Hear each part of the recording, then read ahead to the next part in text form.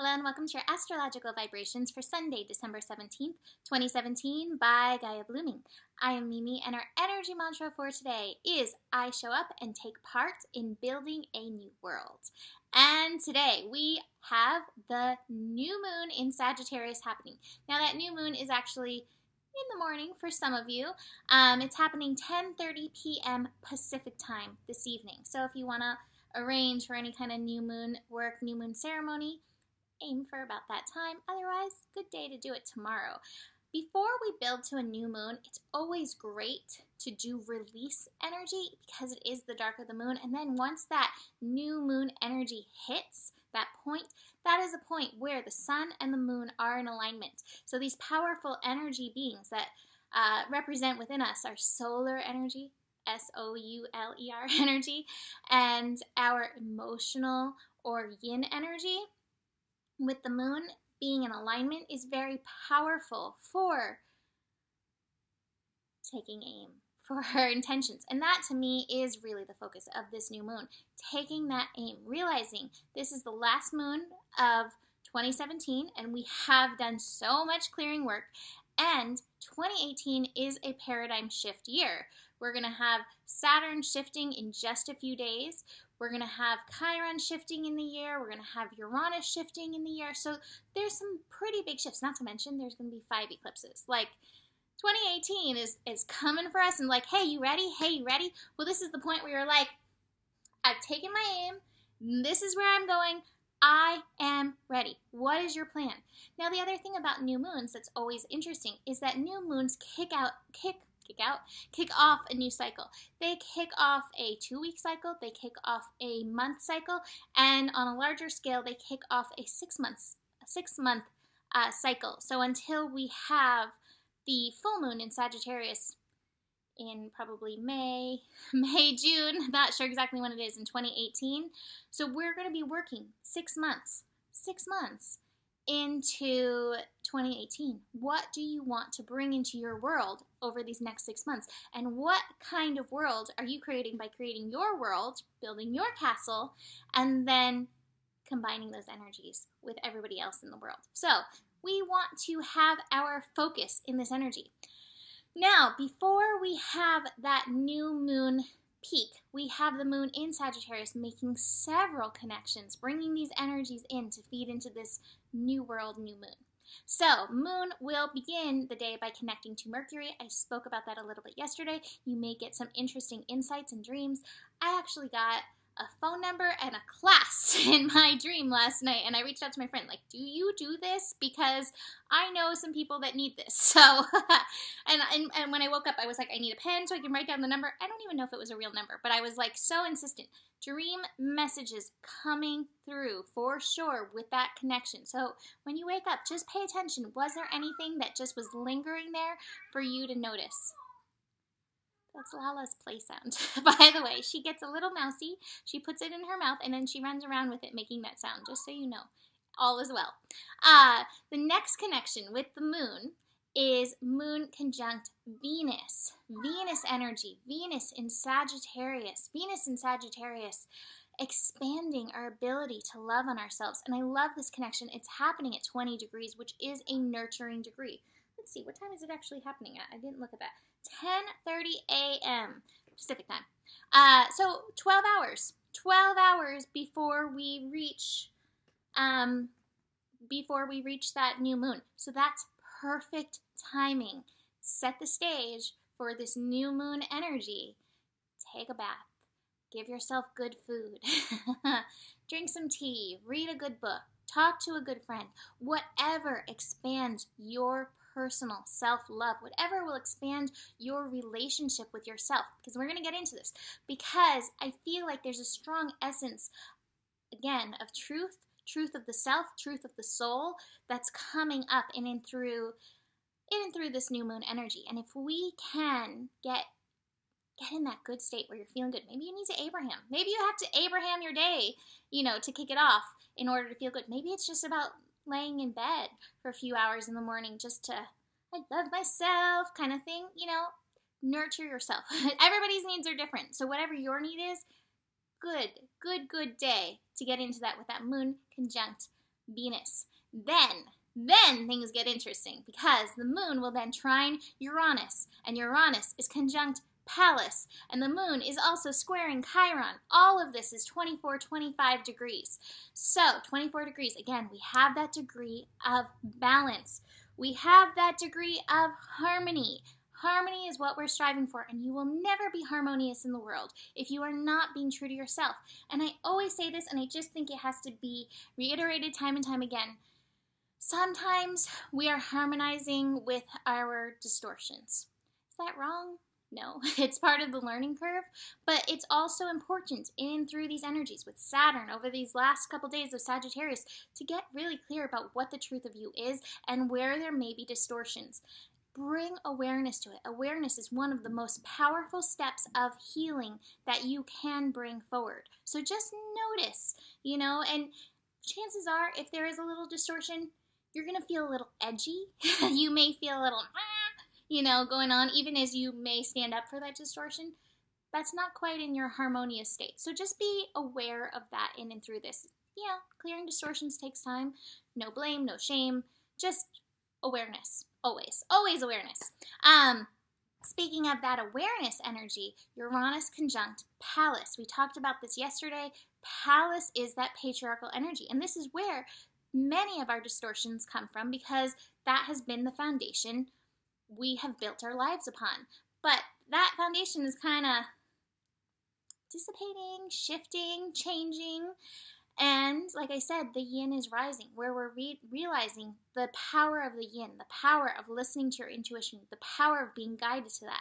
So as Uranus is working with Pallas and the moon is working with Uranus, Pallas, and Chiron bringing that healing energy, there may be some shakeups. That's why I'm saying be very aware of your distortions, because there's a chance that they could come up in this, and it's a beautiful opportunity to heal and release them and step up into your personal next level, wherever that may be. Those distortions will look a lot like this. The shoulds and the control. The places where you're like, I can't do that because I'm scared. I can't do that because I'll be out of control. I can't do that because they told me I can't do that. I can't do that because they told me I shouldn't do that. That may be a picture of the shoulds. The King and the Queen of Swords. However, this is really beautiful because, we put so much credence on our mental faculties. Believe me, I'm a big fan of mental faculties, but the mind is part of the whole party. The mind is not the leader. And this is a beautiful opportunity in this energy to get beyond the illusions. I love these cards. These cards that came out, I was like, wow! I get excited about things easily. Anyway, from that last connection, we build into that new moon, sun conjunct the moon. And I really do at first I was like, I don't know what I feel about this Sabian symbol. But a few things came up with it. The Sabian symbol for 26 degrees, I read the degree that it's at. That's just my personal way. Most people you'll see read the next degree, which I'll mention, but this is the one that I'm feeling, which is funny because you would think not. Anyway, the Sabian symbol for Sagittarius, 26 degrees, a flag bearer in battle.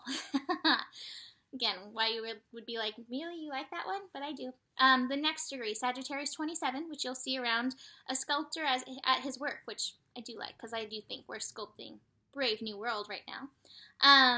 Every moment, really. But this next year just has so much paradigm shift. But the flag bearer in battle, what came to me was two things. First thing that came to me each time I wrote it was the idea of the freak flag. Everybody has their freak flag, but it doesn't have to be called freak flag. It's your unique things that connect into your soul and light you up.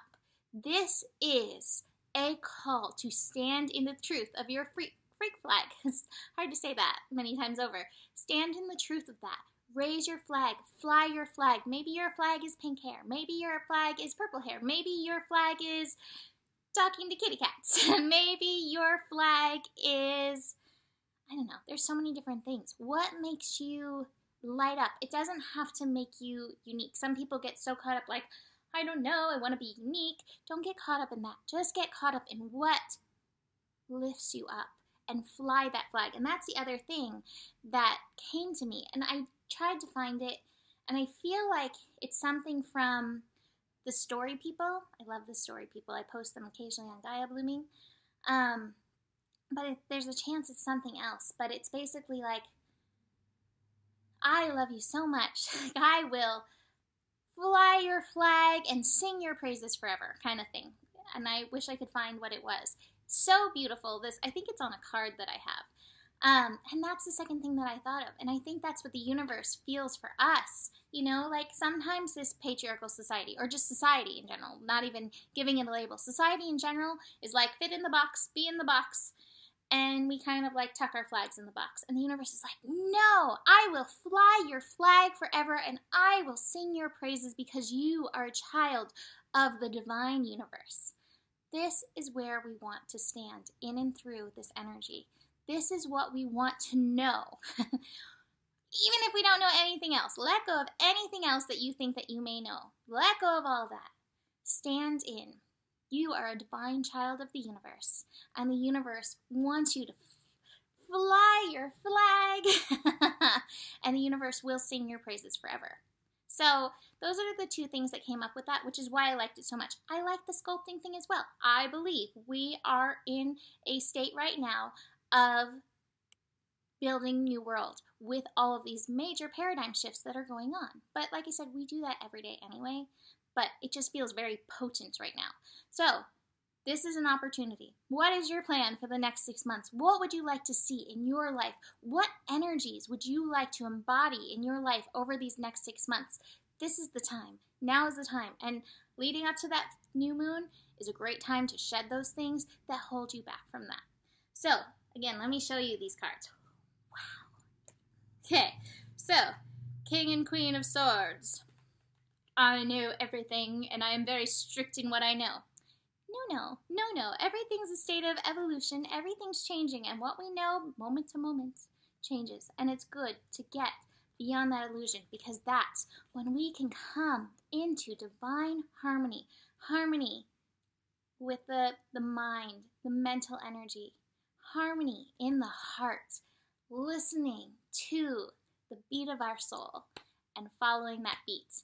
And then harmony with the creation power down in the second chakra area. You all, every single one of you have the power of creation. We want to line this up. That's what harmony is. And when we do that, we're going to experience beautiful, beautiful connection and bliss. So this is a really, really beautiful new moon. Beautiful energy. Oh, and the last thing I want to mention before I finish up the cards, I don't usually talk about these. We have a quintile, which is like 72 degrees connection, and they're not really talked about very often, but this one felt important in this. We have a quintile between Neptune and Saturn, and interestingly enough, Neptune is at 11 degrees in Pisces, and Saturn is at 29 degrees in Sagittarius. 2 plus 9 is 11. Master degree energies. And to me, this is like you have to show up and stand in your truth and in faith.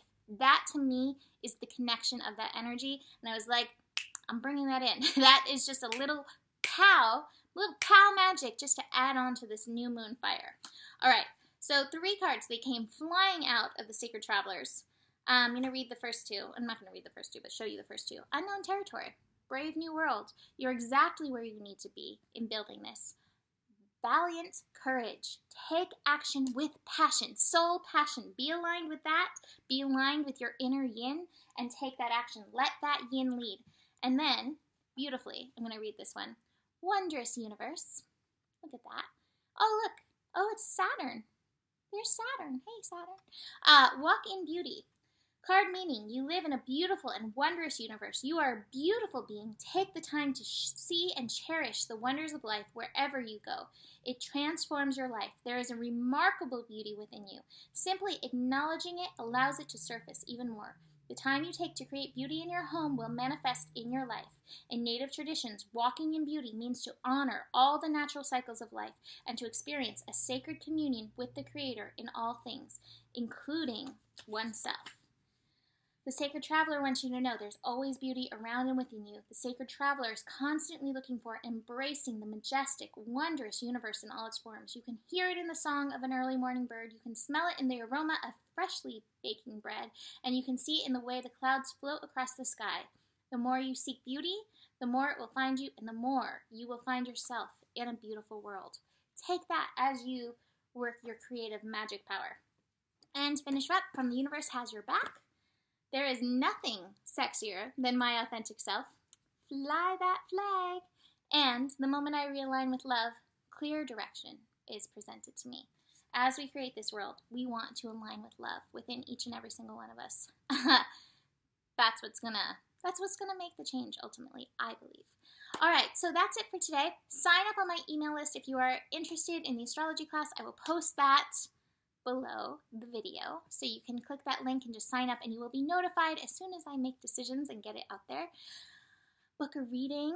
Readings are available for purchase if you would like to buy a reading for a friend or a loved one, and I can send you a gift certificate if you email me about that. And yeah, that's it for now. So the better it gets, and there is enough love in the world for you always, always, always. I will see you tomorrow. Namaste.